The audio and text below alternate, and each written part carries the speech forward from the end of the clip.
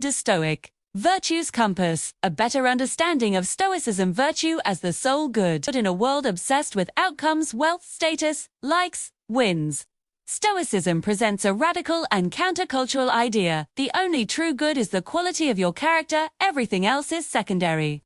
This is the cornerstone of Stoic ethics. Virtue, erit in Greek, is the sole good. For the Stoics, virtue isn't just one positive trait among many. It is the very essence of human flourishing, the purpose of existence, and the unwavering compass for navigating life's turbulent seas. To understand Stoicism is to understand its revolutionary concept of virtue, first for anyone. The Stoic good, a radical redefinition. Ancient philosophies hotly debated the summum bonum, the highest good. Epicureans pointed to pleasure, understood as absence of pain. Cyrenaics to momentary sensual gratification. The Stoics, however, made a clean and stark division. They categorized all things into two buckets: the good, virtue, wisdom, justice, courage, temperance; the indifference, adiaphora, everything else, health, wealth, reputation, sickness, poverty, even life and death. This is the Stoic paradigm shift. Indifferents are not unimportant. They are the preferred or dispreferred materials of life. It is natural to prefer health over sickness, comfort over poverty. However, these things do not determine a good or bad life. A virtuous person can be fulfilled in sickness or poverty, while a vicious person is corrupt even in the midst of wealth and power. The moral value lies not in the indifferent itself, but in how we use it virtuously or viciously. Imagine two surgeons. One is technically brilliant but arrogant, cutting corners for fame.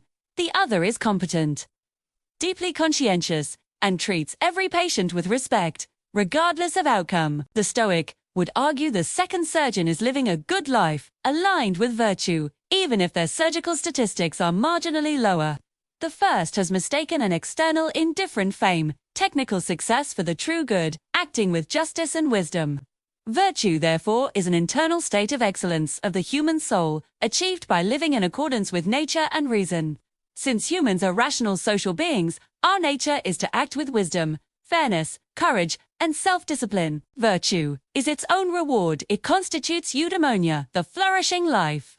As Seneca starkly put it, the happy life is to have a mind that is free, lofty, fearless, and steadfast. A mind that is placed beyond the reach of fear, beyond the reach of desire, that counts virtue, the only good; baseness, the only evil.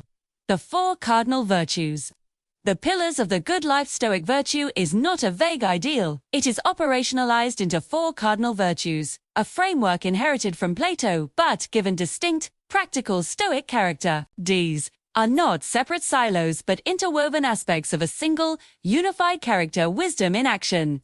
No one is called wisdom. Sophia prudentia, the virtue of right judgment and understanding. For Stoics, wisdom is the master virtue. It is the practical knowledge of what is truly good, bad, or indifferent. It's the ability to see the world clearly, free from the distortions of passion, bias, and social convention. What it is: discerning the correct use of impressions, separating what is in our control from what is not, understanding the natural order of the world, and choosing the right action in every situation. It is knowing that your colleague's insult is not an evil, but an indifferent, and that your judgment of it is within your control. What it is not: mere intellectual knowledge or cunning. A PhD holder can be a fool in life. A crafty politician can be deeply unwise. The practice, the daily, hourly discipline of examining your impressions before reacting. Ask, is this within my control? Am I judging this accurately? What would a wise person see here? No two is called courage. Andrea Fortitudo, the virtue of right action in the face of fear and adversity. This is not merely physical bravery in battle. Stoic courage is moral and existential endurance. What it is: the strength to act rightly with wisdom, justice, temperance, even when it is difficult, scary, or socially costly. 2. It is the fortitude to endure pain, loss, and uncertainty without being shattered or diverted from virtue. It is the courage to speak an unpopular truth, to start a difficult venture, to face a diagnosis with clarity, or to bear poverty with dignity. What it is not: recklessness or the absence of fear. The Stoic sage feels the physiological stir of fear, but does not assent to its judgment that something terrible is happening. Courage acts with fear, not without it. The practice. Voluntary discomfort like cold showers or modest fasting to train the muscle of endurance. More crucially, consciously choosing the right but harder path in daily decisions, having the difficult conversation. Upholding a principle when it's inconvenient. No 3 is called Justice Dichotomy Justitia, the virtue of right relationship with others. This is the social virtue, the one that binds us to our common humanity. For Marcus Aurelius, it was paramount. Justice is the source of all the other virtues. What it is: treating every human being with fairness, kindness, and goodwill as a matter of principle, because they share in the same spark of universal reason logos. It encompasses fairness, integrity, piety, duty to the divine cosmic order, and benevolence. It is seeing yourself as a citizen of the world cosmopolitan, with duties to all. What it is not: legalistic rule-following or tit-for-tat fairness. It is a proactive, generous disposition. B. Practice. Actively practicing empathy, viewing situations from others' perspectives. Doing your part for the common good. Correcting your internal monologue when you dehumanize others, for example.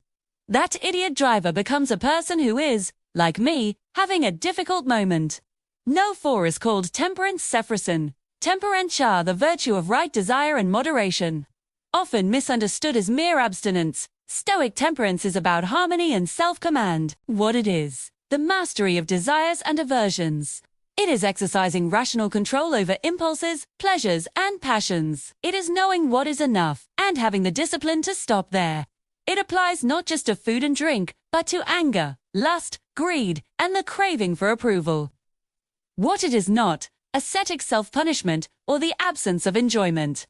A Stoic can enjoy a fine meal, but they do not need it to be happy, and they stop before becoming a slave to the sensation. The practice. The mindful pause before indulging an impulse. Cultivating gratitude for what is sufficient. Practicing moderation in all things, in work, in consumption, in speech, in emotion. Virtue as a unified whole. The Stoics emphasize that these virtues are inseparable. You cannot truly be just without wisdom to know what is fair and courage to enact it.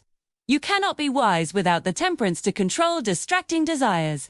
They form a seamless whole. Wisdom discerns, courage dares, justice allocates, temperance restrains. These framework transforms life from a game to be won into a craft to be practiced.